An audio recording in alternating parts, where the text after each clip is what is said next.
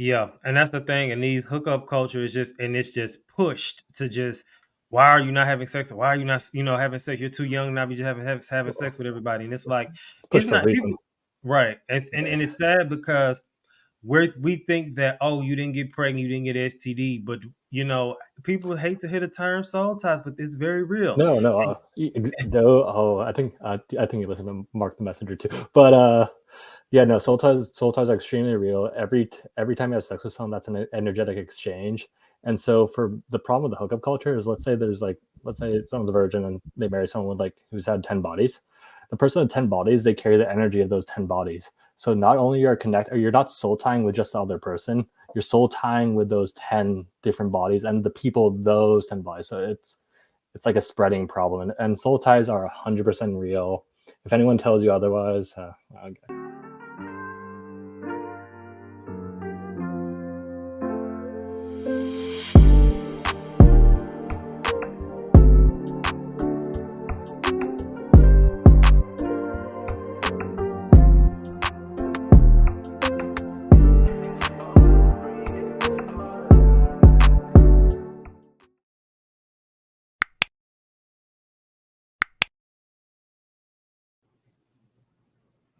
All right, y'all. What's going on? It is your boy Easy Bake Oven. What's up, y'all? So today it's a little different. All right. Now, yeah, I used to hear ads run through my stuff for other people. All right. This is probably the first real time the ad is for me. All right. So P.S.A, Prodigy Sport Advantage Stations, has expanded far beyond just the podcast. It is now a writing service. All right. And at that, a ghostwriting service. So we do it anonymously and take care of your needs. All right. Homework assistant, product and profile descriptions, grant writing, resumes, cover letters, templates, books, ghostwriter book too. Anything you can think of, articles, all that good stuff. PSA the Ghostwriter Solution can do it. So go over to PSA thepodcast.com and you can see all the services there with all their descriptions. Okay, because I know I missed some. And also you can reach out to me at theprodigyperspective@gmail.com and we can take care of all of that for you too. Peace. Oh, what's going on, y'all? It is another week. I know. Now, usually I let you know when I'm not gonna be on, right? Something happened last minute last week. This never really happens with me, but we couldn't get it done. But it's okay. Still gonna end this season on January 4th. Still got 3 episodes left. This one, and then we start a mini series after this week. So it'll be a 2-part mini series. So it's gonna be an interesting one. And the last episode, I feel like it's probably gonna, cause a little hell, but I mean, hey, it's kind of needed in today's society, especially as we, going into New Year. Need y'all to have all y'all I's dotted and your T's crossed. Okay. Now, this season is the first season we really been heavy discussing things, topics and situations around AI. And so we'll get more into that with this episode. And I'm sure we'll bring, it'll come back up even in the future. But today's episode is going to be a good one. And we're talking about AI and matchmaking. And I'm going to give my take on it. And I'm going to give a take on where it's kind of like a blending of both worlds in a sense. And you'll get what I mean kind of towards the end. But first, let's get into this week's meme. So this week's meme reads, 2023 gave the song Computer Love a whole new meaning. Inspiration from this week comes from a few different things. So the first inspiration comes from, I'm just ended. Today is Thursday, December 21st, and I've just ended my yearly bride fast with Tiffany Montgomery. And it was an interesting fast and it's very insightful. Learned a lot of things by myself. And I'm actually going to go more in depth on the vlog. Also, the vlog is still going up. The Thanksgiving vlog is going up still. Like numbers is climbing daily. So check that out if you haven't. Obviously, inspiration, Zapp and Roger song Computer Love from back in the day. We know that song. Came out in 1985. Before I was born. Probably before a lot of y'all was born. And Essence Atkins, who was an actress, she was on Smart Guy and a lot of things in the 90s.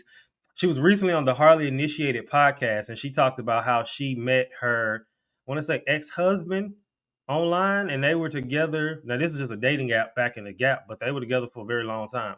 So we're going to kind of touch on that a little later, too. All right, y'all. So that's into that. Now, let's get into this week's happy hour. All right.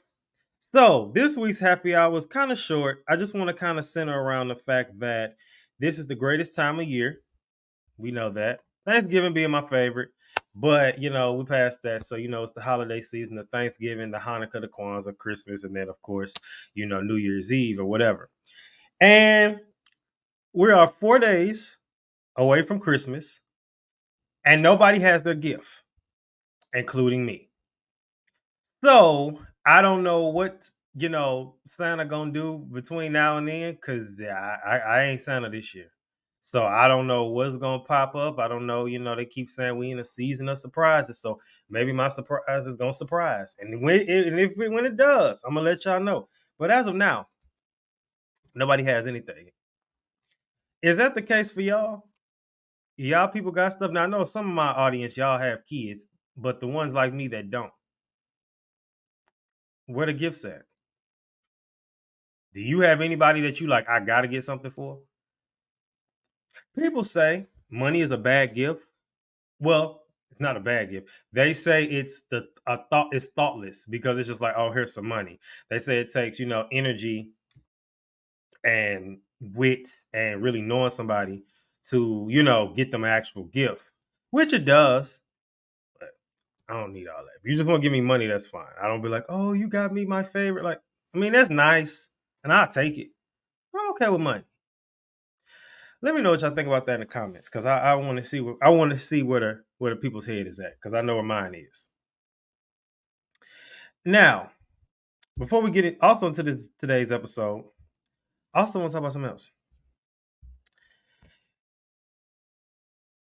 It's a lot of SaaS going on Twitter. I'm not even on Twitter, but like I see the posts that repost on like Threads and Instagram and stuff. There's a lot of men clapping back to a little too much for me.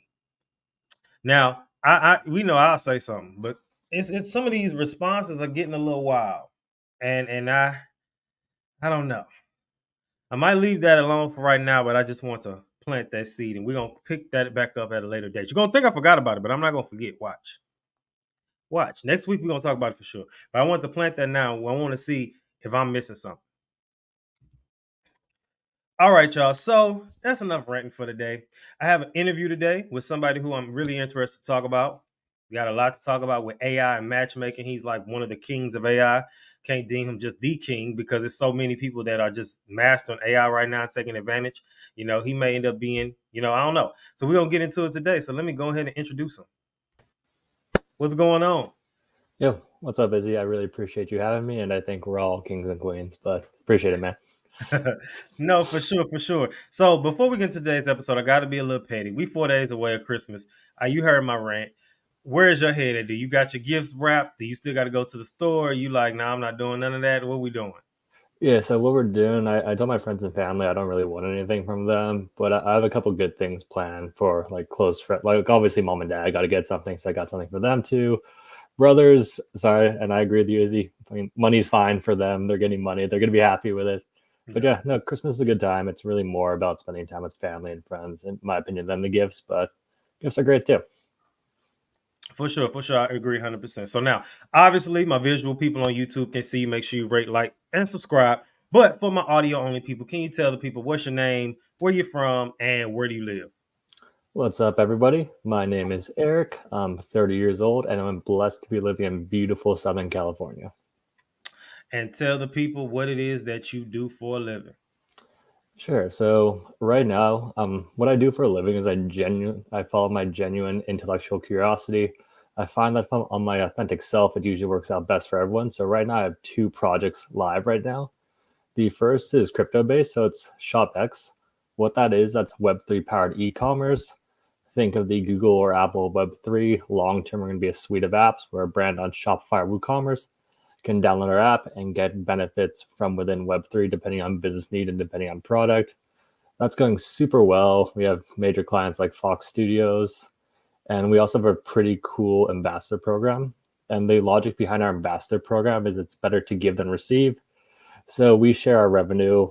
With our SquadX members for helping our community grow, thus creating an upward spiral of positivity. As we get more brands, they get paid more. The more they get paid, the happier they get, thus creating more brands. So everyone wins in that situation. And I think we all want to talk about, and the other project is Dating, TAING.io. And the goal of that is just to match people based on authentic interests versus like the Tinders, the Hinges, the Bumbles, which is really not working for anyone. So what we do is we craft a profile based on your social footprint. So if you were to join the app, which goes live early next year, you just link your social media accounts like Instagram, YouTube, Twitter, Pinterest. Our machine learning software will create a profile for you. And then based on your interests and based on your background, it'll match you with potential matches. And the cool thing is, our goal is to match over 1 billion happy couples. So you may not get the best match the first time, but the longer you're on the app, our goal is to get you off the app.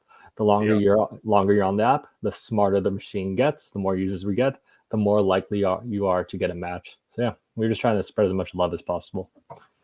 Okay, good stuff. Good stuff. Now, given your background in Web3 and AI, how do you see technology influencing the future relationships, especially for tech savvy young men who are looking for that? Yeah, so right now, if you look at the demographic of relationships, I want to say I'm a millennial, I'm 30 years old. I saw a chart yesterday, like I want to say we're the lowest group of people that are married at my age ever in existence. And I think this is caused partly by unrealistic expectations set by dating apps and Instagram. So what generally happens on the dating app is it creates an unfair marketplace, meaning the top 5% of people on the dating apps, because it's only based like, let's be honest, if you're on Tinder, you don't really know someone on Tinder. You're swiping based on your physical appearance.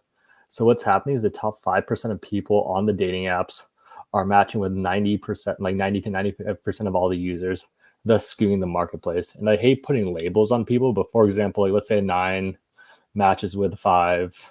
The 5 thinks they're at the level of a 9, and then they'll reject the other 5 because they're like, hey, I've been with a 9 before. Why would I go with you? But in reality, that's your match. So what dating does is it tries to match you based on like your activity. So if you're on Instagram a lot, if you're on Instagram, you're tagging yourself at a bunch of national parks, it'll pick that up. It'll potentially match you with someone who also goes to national parks. Or for example, if you're on Spotify, you link your Spotify account, you listen to a lot of R&B, but like, hey, Eric, Ashley also has 25% of her Spotify listens are R&B. We see that you like national parks. We see that you're close with family. We suggest you match. And then it can even take that a step further. So going off the Spotify example, like, hey, there's a cool concert playing in a month. It's a cool R&B concert playing in a month. Would you like me to reach out to Ashley and see if she would like to go? And they're like, yeah, that sounds amazing. Let's do it. So it's more so, I want to say dating is less of a dating app and more of a relationship app. Meaning not only is our goal to create as many relationships as possible, but once a relationship is made, think of it, it could also work as your planner too, because it's going to know both of you pretty well. So like, hey, I can give you suggestions. They can be like your relationship butler. Okay. Good stuff. Good stuff. All right. So now I'm going to ask you a few words, and I want you to tell me the first thing that comes to mind. There's no right or wrong answer. Are you ready? Yeah, let's do it. AI. Future. Desolate. Desert. And relationships. Not enough. Okay. So AI, we all know the definition is artificial intelligence. Then we got what is it? Then we have desolate. The definition of desolate, which the breakdown was funny to me because I just felt like, I mean, I knew it was like this, but it just really made it just really, it says deserted place and in a state of bleak and dismal emptiness. All right.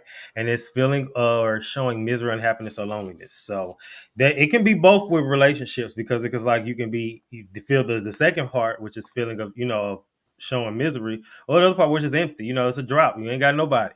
And then relationships, which is the way in which two or more concepts, objects, or people are connected, or the state of being connected. All right, so you were pretty much on the money. Good stuff. I like the one word answers you use. All right, so let's now go to the next part, which is what does this have to do with mental health? Yeah, so regarding mental health, we're all social creatures, meaning we evolved to be in tribes. Like in the past, we had small tribes of close-knit families, meaning you could trust everyone. The core of the tribe was a family unit, meaning families are incentivized to protect each other, to provide, to look out for each other. Because you have that family unit, just like I know people have my back, and that gives you a security. And in the past, this is much more important because of course, like natural dangers, like a tiger coming to eat you. But if you're with your family, you're good to go. And we've seen, and right now, I think people are more connected on social media than ever before, but that's creating a generation of lonely. Like, I think people are also more lonely than they've ever been before. Like, just look at the dating market. If you poll people, like 90% of the people are unhappy. And the core tenet of a human is relationships. If you can't find the perfect match, that goes back to biology. It's like, we're really here to breed and create like extend the species. And if we're unable to do that, that just weighs on your mental health over and over again. And not to mention the comparison factor of social media, meaning I'm sure all your listeners, they're used to seeing people on social media, they're used to seeing TV, and everyone's like, oh, this is so great. This relationship's so happy. Look at me. I'm at this fancy place. Oh, look at me. Lovey, lovey, dovey, dovey, kiss, kiss. But in reality, if most people are in relationships, they're constantly being fed that. So you're constantly comparing, and we know that comparison is the thief of joy. And Right, so right. again, having a steady relationship fixes a lot of that. Okay, definitely. Definitely for sure. And the thing is, I think a lot of people, they're just looking for, like you said, they think that successful relationships are what they see on social media. And, those are good aspects, and, but everyone's relationship is not the same. And that's not every part. They're not going to show you that they were just fighting last week and now they made up. You know what I'm saying? They're going to always show that part. And that's, I feel like everything is about balance.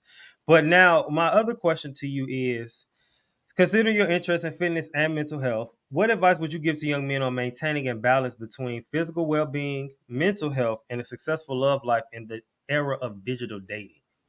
Well, first off, I view health as well. I think health is one of the most important things. So your physical health directly ties into your mental health. Meaning, if you're unhealthy, like let's say you're fat or something, that's going to weigh on you because it's not the way to go.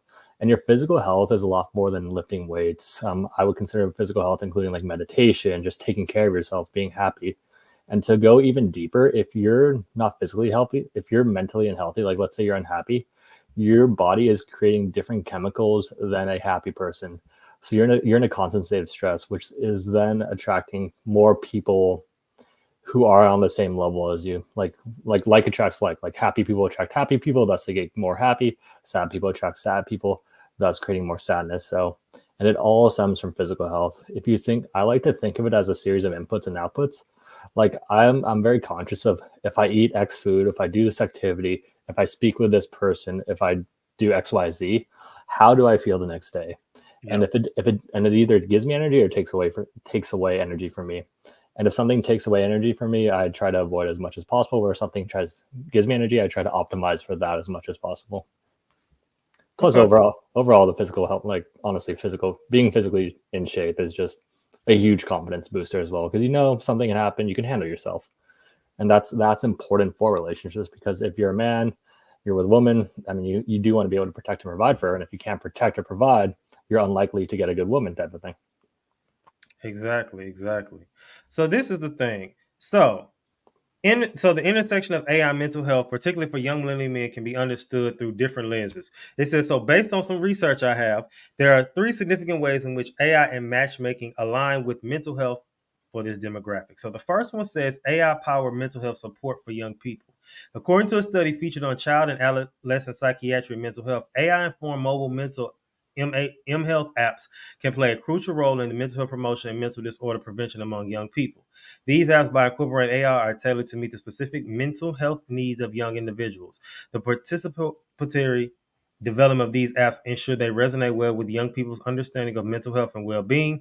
This approach can be particularly effective for young millennial men who are often looking for personalized and accessible mental health resources. Now, the second one is emotional support and companion from AI companions. An article from Therapy Brands discusses the rise of AI companions and their impact on mental health. AI companions equipped with conversational AI capabilities are designed to provide emotional support and companionship, especially during these moments of solitude. Now, I'm gonna be honest, that one is a little. Yeah. I don't know how I feel about that one. Now, I got it here just because it's a statistic in the source, but I have to jump in. So, me personally, I don't know how I feel about that. That's not nothing I think that I want to get comfortable with doing. People say, "Oh, well, the movies, if you look at the movies from years before now, like from like the 1950s and 60s, a lot of stuff that happened then are happening now. In those movies, we can get into whole predictive programming, we get all that. Oh, we could. We definitely So, could. So even now with just that, and I plan on actually getting into this later, but since it's here, we're doing now. So like I think about iRobot. We the same age. So did you used to watch Disney Channel growing up? yeah, I can go to religion. Did you used to remember? Do you remember the movie Smart House? No, I never saw the movie, but I did see iRobot. So what is your take on iRobot and the way the world is going now? I view technology as neutral. I mean, it's going to go either. If technology at its core is neutral, we're in control of where it goes, whether that be positive or negative. That's totally up to us. I'm thinking iRobot, where like they're kind of talking to the robots. I think AI is a great tool to be leveraged, meaning AI and machine learnings, if they properly leverage those tools, like for example, in iRobot, those robots to handle, like, for example, we're both like you, me, listeners are busy men. If we can use AI and those robots to handle remedial chores, like take care of the house, do all that stuff, that's great. It's a tool to be leveraged. But going back to us as humans, I think human to human connection is extremely important. So in terms of AI, like we were just talking about personal therapy, like AI, whatever, therapist, I suppose that could be better than nothing. But honestly, I would prefer a human where it's like, I bounce ideas off AI type of thing where it's like, oh, let's see how this goes. It's a fun experiment, but it's not nearly as effective as like a simple phone call to my mom, my friend, or like a girlfriend or type of thing. Like, I don't think you can really replace the human to human connection. And if we're trying to picture an image, did you see Blade Runner with Ryan Gosling? No, I want to sound tell me the movie. Remind me of it. Whatever. It's like a dystopian future type of thing where he has like an AI powered girlfriend who comes into the house. It's of his ex-wife. It may not be Blade Runner, but of his ex-wife. So he comes in, the hologram shows up, and it's based on memories of his ex-wife. And that just kind of kept him anchored in the past, where it's like at that point you might just want to move on and make a connection with a new person. So I think AI is going to be leveraged, but it doesn't replace. I think AI used properly is going to augment human behavior, not replace it. Right. But my fear, or not a fear, but I think about the future, and I just, I'm interested to see, like, give a number, 50 years from now, how is that going to be?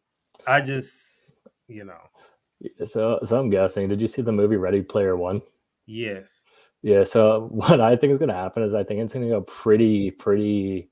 So I would say, just to give you some backstory on the different webs, since I'm in crypto, I'd say Web 1, Web 2, Web 3, Web 4, Web 5. It's a funny joke. Web 1 is read only, meaning you can go on the internet, you can read, you can write, or you can just see content. Web 2 is where we're at now, meaning on the internet you can read and you can write content. So think Instagram, Facebook, even this YouTube channel where it's like you're writing the content, your listeners are reading the content. Mm-hmm. Web 3, I would say, is a crypto-based internet where you can read, write, and you can own. So I can create content, you can read that content, but I can also own the content, so I can't get canceled like on Web 2. I would say Web 4 is a crypto-based internet thrown in with the metaverse, meaning that's going to be like the whole, like people they go into their Apple glasses and they kind of check out and interact with people that way. So I'd say that's Web 4. And I always joke about saying, oh, Web 5 is probably everyone's going to get over that and just go, Web 5 is just back to the outdoors because everything circles back. Yeah, for sure, for sure.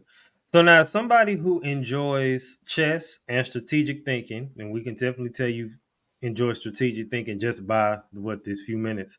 How do you think these skills can help in navigating the complex world of modern dating and relationships, especially with the aid of AI? So I think our AI can facilitate the match, meaning it can match you with someone. So the problem right now is I think it's an abundance of choice options. And not to like be critical of a single gender, but I think more so on the female side, females have unlimited choice, and it's hard for them to choose at that point. Oftentimes they choose wrong, and the same can be said for males too, but more so on the female side. So our goal at dating is, like, for example, if you go to Tinder, it's like you'll match with a bunch of people, but how many people do you really connect with? So Right. our goal at dating is to match people based on who you could actually probably connect with in real life, meaning it has my digital footprint, it has your digital footprint. Both of our matches are likely to be similar to our digital footprints, meaning like I went to Ford University, they're probably going to be Ford University. I'm into outdoors, it's probably outdoors. If you're into something, they'll probably match you with something similar to what you're interested in. And the whole point of that is to facilitate the physical reaction, meaning at dating, we don't want to keep you on the app. Our goal is to get you in person as quickly as possible, because like even on paper, if I match perfectly with someone, like to the T, like make a list, it's not the same. We may not match we may not match in person, because I believe in energy levels, meaning you can read someone's energy. It's like, but For sure. you need to be able to do that in person. It's like, okay, I vibe with this person, let's go. We just want to make the highest probability chance of that happening. And obviously the current system, I don't think, like, how many people are dating apps working for? It's not very many. It's mostly people complaining about them. So For sure. The third one says AI in clinical practice and mental health resources. It says psychology that outlines the roles of AI in the mental health field, highlighting its contributions to clinical practice. AI tools like language model chatbots have been found effective in detecting and classifying mental health problems such as depression and anxiety, which are common issues among young millennial men. AI can aid in delivering structured interventions and providing support for mental health concerns. This technology can make mental health support more accessible and affordable, addressing the growing demand for mental health resources. However, there are valid concerns about AI's ability to understand the complexity of human emotions and ethical considerations regarding privacy and data handling. And again, that reiterates what you just said and kind of what I was saying. We got to put the sources out there, but I agree. I just don't think anyone should rely on, because it's even been situations where I just was testing the AI and I was just asking a bunch of questions, and it said, "I'm not a licensed professional. Please go to a licensed professional." yeah. So the system will tell you to go to a licensed professional. So, I mean, it can help with maybe helping you find the resources, or maybe providing you with some symptoms, maybe, even though you shouldn't just go off that alone. But yeah, I don't know. So, and I agree with you 100%. I don't think AI should be used as a therapy tool. I mean, you're talking to a chatbot for Pete's sake. At that point, you do want to talk to a person. The positive about AI is it can get mass. First off, it's going to help, because in terms of mental health, I think education is one of the most important aspects. Meaning, like, if you have a mental disorder or mental health, you're dealing with depression or something, AI can be a great source for you to learn. Like, hey, I'm feeling the symptoms. What are recommendations? Do you have any studies and all that good stuff? And what AI can do is it can get mass amounts of data in and get patterns and spit out recommendations. Meaning, let's say there's disease A, mental disease A, 100,000 people have it. They start talking with an AI. The AI can pick up patterns within those 100,000 people that a hurt person wouldn't be able to do. But in terms of the actual therapy, I just go to a person. For sure, and most definitely, we are on the same page. All right, y'all. So let's go to the next segment, which is I challenge that. So before we get into the challenging part, let me ask you a question. So your mantra, as above, so below, as within, so without. How does this reflect on how young men should approach dating and relationships in this world that we live in now? Yeah, so you get what you put in. So for example, if I want to I want to attract a high quality woman, I want her to be spiritual, I want her to be close to their family, I want her just to be overall good person. As above, so without. So what that basically means is that your inner world will manifest your outer world. So if I want those traits, I'm not going to be able to get that person if I'm not the person. So if you're complaining about the dating market, which honestly I've done in the past, I know plenty of people are, I suggest, I mean, just work on yourself, get more in shape, read more, pick up skills, be a better person, and then the right person will manifest in your life. So generally, like, and this goes back to the concept of like attracts like. So Okay. Okay. So now let's go into some statistics with this and the challenging part. So according to Finn Models Lab, a critical challenge in AI powered matchmaking is building a strong and effective and efficient technology infrastructure. This involves investing in the right hardware and software, hiring skilled technology professionals, and implementing robust data management systems. Neglecting these aspects could lead to issues like data breaches, privacy concerns, and inaccurate matchmaking results, ultimately compromising user experience. Now, with your experience and with your program and things that you're working on, how certain are you sure that the infrastructure is unhackable? so in terms of infrastructure, and it's important to note in software, I'm certain it will be unhackable. The important thing to know with software is whenever you launch a new software system, it doesn't work right off the bat. Meaning, when we launch early January, there's gonna be bugs, there's gonna be fixes, there's gonna be stuff that doesn't work. But that's the beauty of software, meaning it's anti-fragile. The more weaknesses it has, so if someone points something out, and with users like with the dating app specifically, like they'll point stuff out. They're like, "Hey, this sucks. This doesn't do it." The more mistakes we point out, the stronger it becomes. And in terms of tech team, some of our tech teams are fantastic. Like we have some really high level people at an advisory board. Are like the people at the core team have founded multiple companies. One of our advisors, like he helped craft like the LinkedIn, Facebook machine learning algorithm. So in terms of tech help, we have the right people in place to ensure safety for our users, which is our number one cause. All right, good stuff. According to Kasperky, another significant challenge in addressing the limitation of AI is understanding human emotions within attraction. AI algorithms, despite being advanced, struggle to predict human attraction accurately. This is because human emotions and preferences are nuanced and often nonlinear, making it difficult for AI systems to predict with high accuracy. How do you feel about that? No, I agree. One of the biggest challenges we have is predicting human, like who you're attracted to. So there are plenty of ways around that. There is AI coming up who we're talking with that you can do a voice aspect, meaning you can ask the person to describe the person, and they can pick up tonality in the voice. Like, okay, based on their tonality, to like them. What really this comes down to is a machine learning aspect of AI. So the more times you interact with AI, the better it'll pick up your preferences and ideally match you with someone. And I think this is important because a lot of times what people say versus their actions are completely different. So, for example, like on the dating app, you say, I'm into XYZ, but then who you match with is X, not XYZ. So, ABC. yeah, exactly. And you can do cool things to adapt. Like, for example, if you link your Instagram, it can see your friends, it can see your ex-boyfriends, it can get all that and kind of craft a profile and kind of match with people who are similar to you and similar to the people around you. And if that doesn't work, and take the hard opposite. On top of that, we're coming with cool things like upload your favorite celebrity, and then it can match you with someone who kind of looks like your celebrity. So it's going to be a big learning experience, and the more learning that happens, the better it gets. So when it first launches, I mean, as fantastic as our dev team is, it's not going to be 100% accurate, and nor should anyone expect it to be. Right. No, for sure. Now, the third one is according to Harvard's Technology and Operations Management. It says the third challenge is user privacy and security concerns as AI technology develops to understand users' preferences and complexities more deeply. There's an increased need to enforce strict procedural and technical methods to prevent sensitive information from being unlawfully extracted and revealed.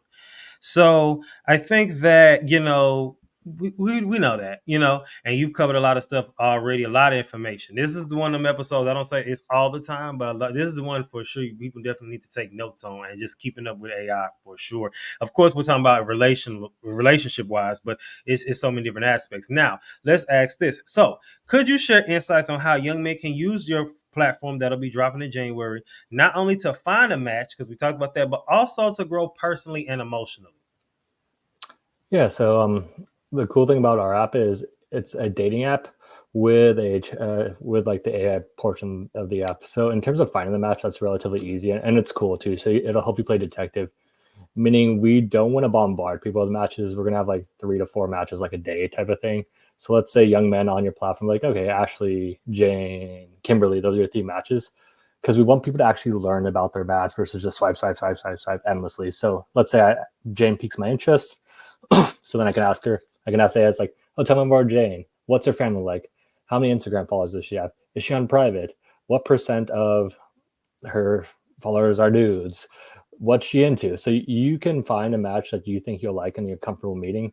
And at that point, it can help you connect with that match. It's like, oh, hey, I really like Jane. What is your suggestion that we do? And then it can take it from there. So again, our goal is to facilitate the actual meeting as much as possible. So that's our end goal. And in terms of the dating app, it can also help you be pretty introspective, meaning you can look at your profile, can analyze all that, because it's all like if you connect to social media, YouTube, it can tell you more about yourself that you didn't know. So like meaning like, hey,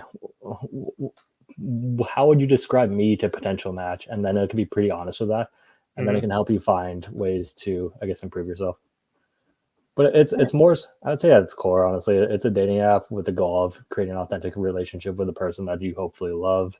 And that just, and I view mental health as extremely important. And I view the family dynamic as pretty key in that. So if we can, every family, I think every happy couple we're able to connect with, it just creates, even if it's one at a time, it creates just an overall positive effect on the world. Because that happy couple may have 2 kids. Those 2 kids are in a happy family. Thus, they're likely to be in a happy family for their children going forth. Okay. Now, gotta be petty. Gotta ask a question for the last part of this challenge section. This for like the critics, because there's always gonna be those. So, say for somebody say, "Well, God already picked my wife," or a woman might say, "God already picked my husband, so why do I need this app?" Oh, you What would don't. your If you, response be? I mean, I wish you the best, man. If you believe God already picked you up, if you like, it's a free app. Like the thing is, you can't force someone to use an app. If you don't want to use the app, then don't use the app. And if you believe that God already picked your wife, I wish you nothing but happiness. Okay. That's a good straight to the point answer. We love to see it. All right, so now let's go to the next segment, which is the weekly sabbatical.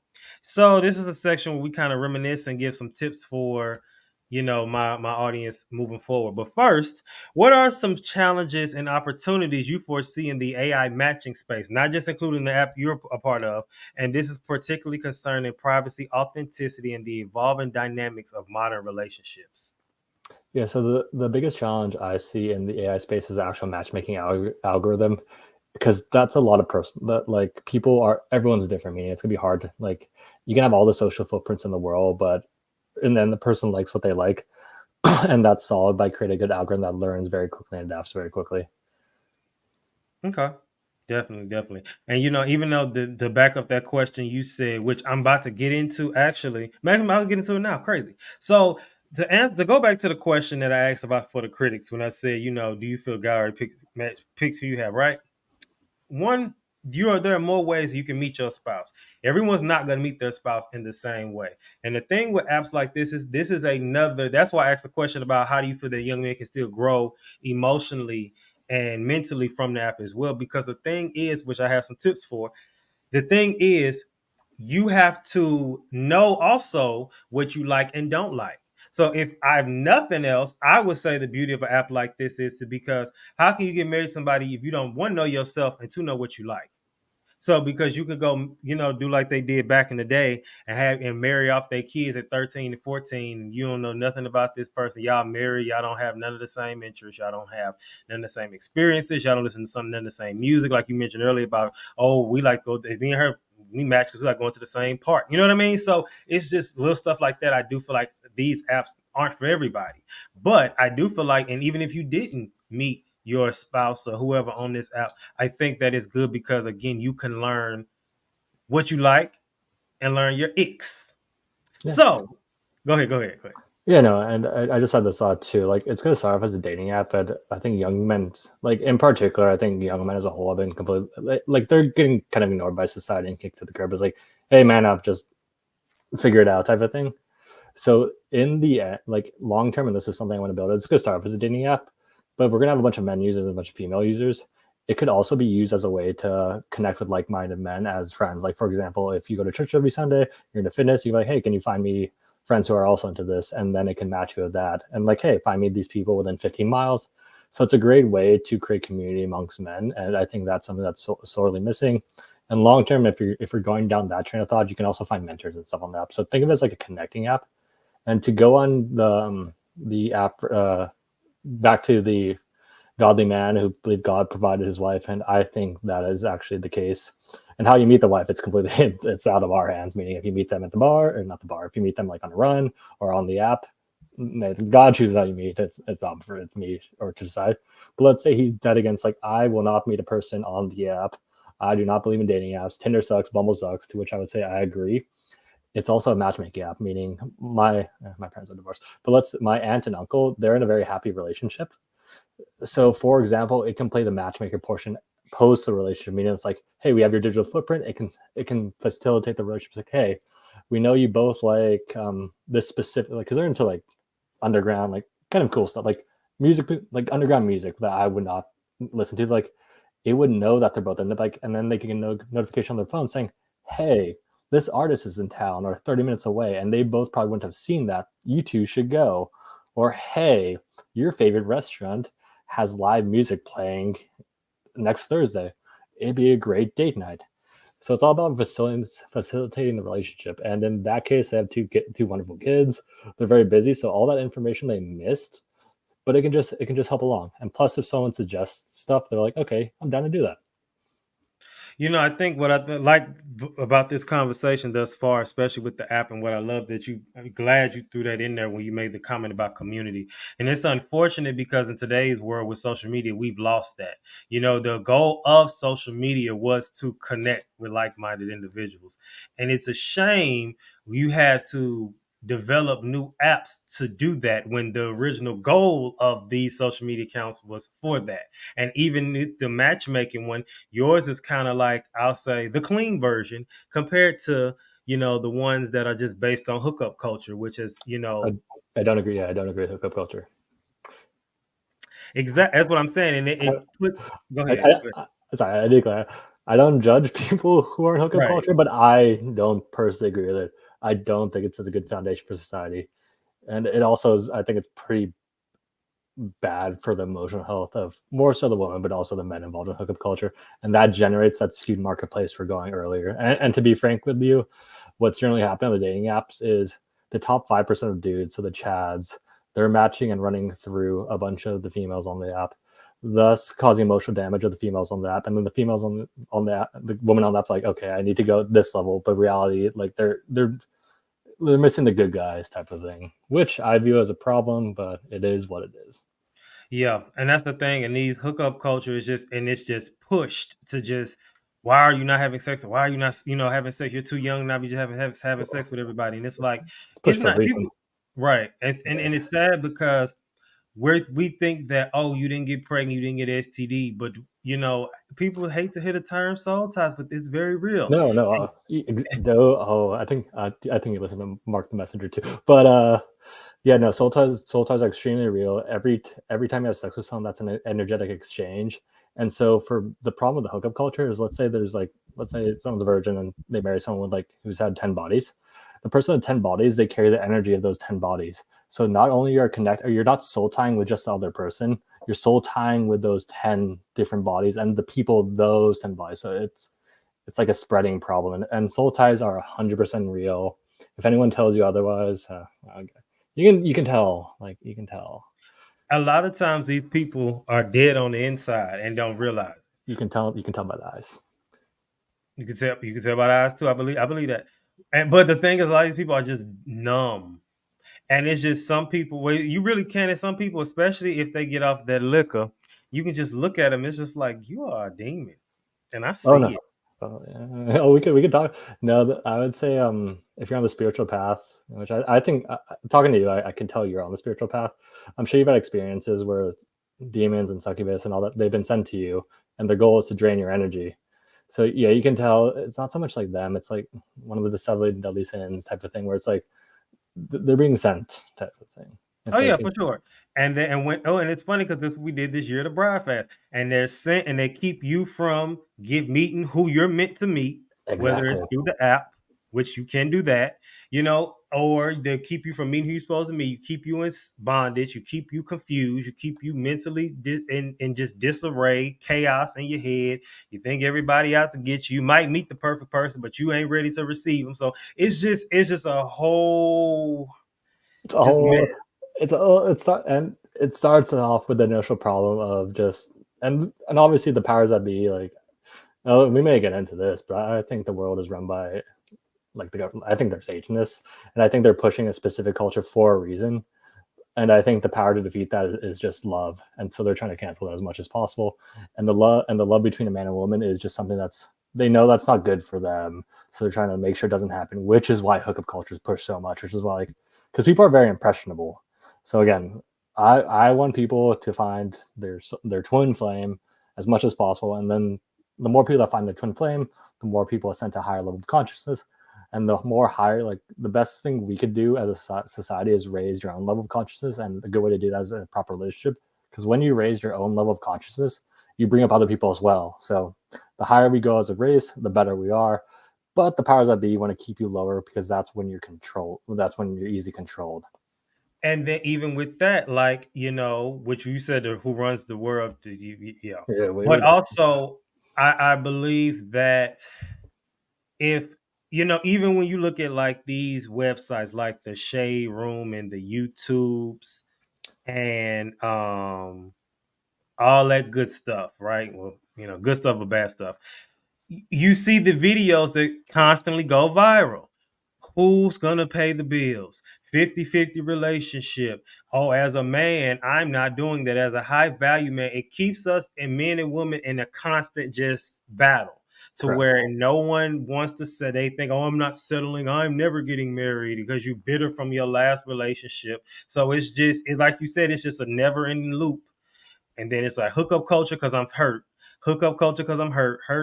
Just do it to everybody. Just, you know, put it down on everybody, and then still empty, still drained. You feel good in the moment. I lied. You probably feel great in the moment, and then you just Like go home. right after you just, dude, you're drained. Your energy's gone. Your power is no longer there. Someone took it. And plus, if you don't waste your power, you can do great things with it too. Like that's this. I say the sexual energy is like, if shared with the proper person, it's an amplifier effect.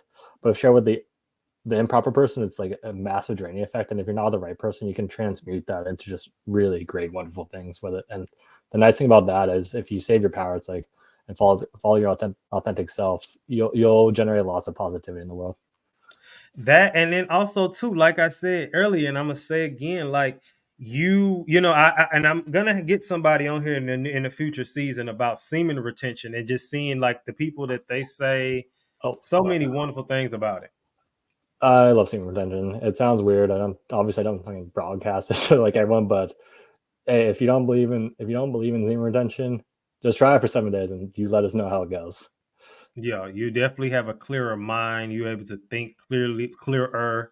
Plus, You you can also attract the right person. It's a lot easier to attract the right person in that state of mind too. Plus, you get so much done. absolutely, absolutely. Okay, so now let's talk about, you know, we talked about AI and how it's introduced innovative ways to understand personal preferences, dislikes, and relationships. So here are 4 ways AI is being used to decipher these aspects in personal relationships. So the first one says personality analysis. According to Crystal Knowles, AI can be utilized to analyze personalities using models like Dick's framework. This involves categorizing individuals into different personality types like dominant, influential, steady, and conscientious, and predicting how these personalities interact with each other.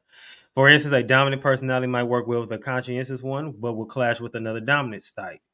This analysis helps individuals understand not only their preferences and communication styles, but also those of potential partners, enabling compatibility and communication in relationships. What do you think about that? No, I agree, and that's something RA will learn. Meaning, RA will be able to. Obviously RA will fail if it's not going to be able to analyze you as a person, and then it can match you hypothetically with a person with opposite or polar traits. And the cool thing about AI is it's really good at just picking up patterns on mass amounts of data. So whichever it is, like let's say more people are going to match with more people with XYZ personality trait, match with the opposite, more people with this trait match with the same because everyone's different, is going to pick that up over time and eventually work that into its system and just match people based on that. And the more time, like again, the longer you're on that, the more people you reject, the more people you accept. It's going to pick up. Sorry, I don't want to use reject and accept. The more people you would like to meet, more people you wouldn't like to meet. It's going to pick up on all those little things and just get smarter and smarter and craft a profile based on you and at scale. So it's going to start off like at scale. I mean, like the majority of people are into or part of XYZ, then it'll match you based on that. But then the longer you're individually on that, it's like, okay, well, this person is clearly different than the mold. He likes this person, she likes this person, and then it's going to get more and more tailored to you. All right, good. Then the second one is behavioral pattern analysis. AI plus info describes how AI can be employed in dating apps to understand and predict behavioral patterns and preferences. And this includes monitoring user interactions such as chat content and swipe patterns to infer likes, dislikes, and compatibility aspects. The third one is data and insight collection. Another approach detailed by AI plus info involves collecting and analyzing extensive data from user activities and preferences. This includes analyzing changes in profile, group memberships, and user interactions on the platform. Such data allows AI to predict future behaviors and preferences, leading to more personalized and effective matchmaking. And then the final one is customization and pre-screening. AI-powered dating apps can offer customization options based on user preferences, as highlighted by AI Plus Info. Users can set specific criteria like age, range, location, other preferences, which the AI uses filter and suggest matches. Additionally, pre-screening features can analyze text and images exchanged by users to further refine match suggestions. This not only enhances the likelihood of compatibility, but also helps users identify potential icks or turnoffs in a person before engaging in a more profound interactions. Now, picking his brain today, we were able to see the goal of his app, get to see him more as a person, which I'm sure confidence in conversation he probably didn't plan on going into today. Oh no. Good, I love that. And also showing y'all that again, I don't want you to miss out on your blessing, basically. I was just actually reading Acts 10 yesterday, and it was talking about, I forgot who the character was, and they talked about how they had a vision of God sending down all different types of animals, and then he told him, he said, this is for you to eat. And he told God, what is against the law to eat these foods on this day. And he was like, am I not God? Didn't I tell you to do this? So it's a great example of sometimes policies, rules, and protocols will change. And not necessarily saying that the Bible changed, but saying that the way you thought something should have been is not how it's going to be. And you have to be open to new ways and new different, ways of provision and new different, dating preferences. Maybe you thought your dating preference was like this, but then you end up falling in love with somebody who the app showed you, and you got to, match and mix and match and see, let the system match you to somebody you thought was you were like, and then you get to keep dating the same type of people. You realize this is somebody I don't need to date. Yeah, no, and I agree. I think our system will really good at matching people based on who the system thinks you like. But I want to reiterate the human power of human choice, meaning our system will match you with people it thinks you like. But in the end, please make your own decision, meaning like you're the one who knows if this is the person for you or not based on some dating app algorithm, no matter how good it is. But yeah, no, dude, trust your gut. Trust your gut, y'all, and please check with God first. I'm just gonna go ahead and tell you that. Throw that in there. Yeah, pray first. Yeah, he'll tell you. He knows what's up. Let me tell you something about the people about red flags. The red flags always red flagging, and you just have to pay attention. All right, y'all. Let's move into the final segment for today, which is game time. This game time is called AI or May I. I'm gonna name several scenarios, and I want you to tell me whether or not you'll let AI do this or not. May I? Like, no, I need to step in. Are you ready? Let's do. All right. Using an app to find someone to date. My personal preference is to meet. I like the cold approach. I'm old school like that, but I'm open to having an AI app as an additional tool to meeting people. So I will be using my own app, and obviously, I will be optimizing that based on my personal experience too. All right. Needing some emails to be sent out to some potential clients. AI draft, I proofread. There we go. That's a good answer. Having an interview with the podcast host. May I like face to face. All right. Would you rather have your food picked out for you, or would you pick it out yourself? Pick it out myself. All right. Having someone tell you what new movies or TV shows to watch. I'll take recommendations, but then I pick which movie or TV shows I watch. All right. Good stuff. Good stuff. All right, y'all. Let's move into the question and challenge for the week. So this is what I want y'all to do, y'all. We are coming close to the end of the season. How do you feel about using AI for matchmaking purposes or dating online in general? And again, I love his app. And like I said, it's for matchmaking, but again, eventually getting back to the old school, the root of what this type of stuff was for, which was building community, which a lot of people are missing, and it shows. Y'all bond over the wrong stuff. So yeah, that's all we got. It was been a great episode. Anything else you want to add to today's conversation? Anything you want to plug before you go? No, not really. I mean, just feel free to check out Dating if you so choose. And I'm just wishing all of your listeners just a wonderful life. All right, y'all. So that is it. All right. So this is the last episode. Now, next 2 weeks are going to be the series, and I can go ahead and break it down. So the next 2 episodes are going to be the 2-part series, which may or may not come back in season 8. I can't tell you yet, but it's going to be called the As a Man series. And this series is basically taking things that people have said, whether it be men or women, and we're going to have episodes based on them. So it's going to be As a Man, why are you doing this? So next week's episode, I'm going to go ahead and reveal the 2. So the first one is As a Man, why are you blocking people? Everyone knows I'm an advocate for blocking people, but that's gonna be a solo episode, so I get to rant a little bit, so I'll be able to do that. And then the episode after that, which features my good boy phenom, and me and him been cool for years now. And it goes back to the old school days of PSA, where instead of just interviews, it was like peer conversation, and that one there was a lot of debate. And it's called "As a Man, Why Do You Have an OnlyFans Account?" And no, not to as far as to look on people's OnlyFans, but why do you, as a man, have one for people to look at you?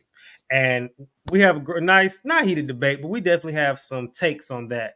And so yeah, that's all I got. This episode has been great, and I'll be seeing y'all next week. PSA signing out. Always remember, keep your head up like your neck hurt. Remember who you are. Make your mind up. Don't let it make you. And remember, I love us for real.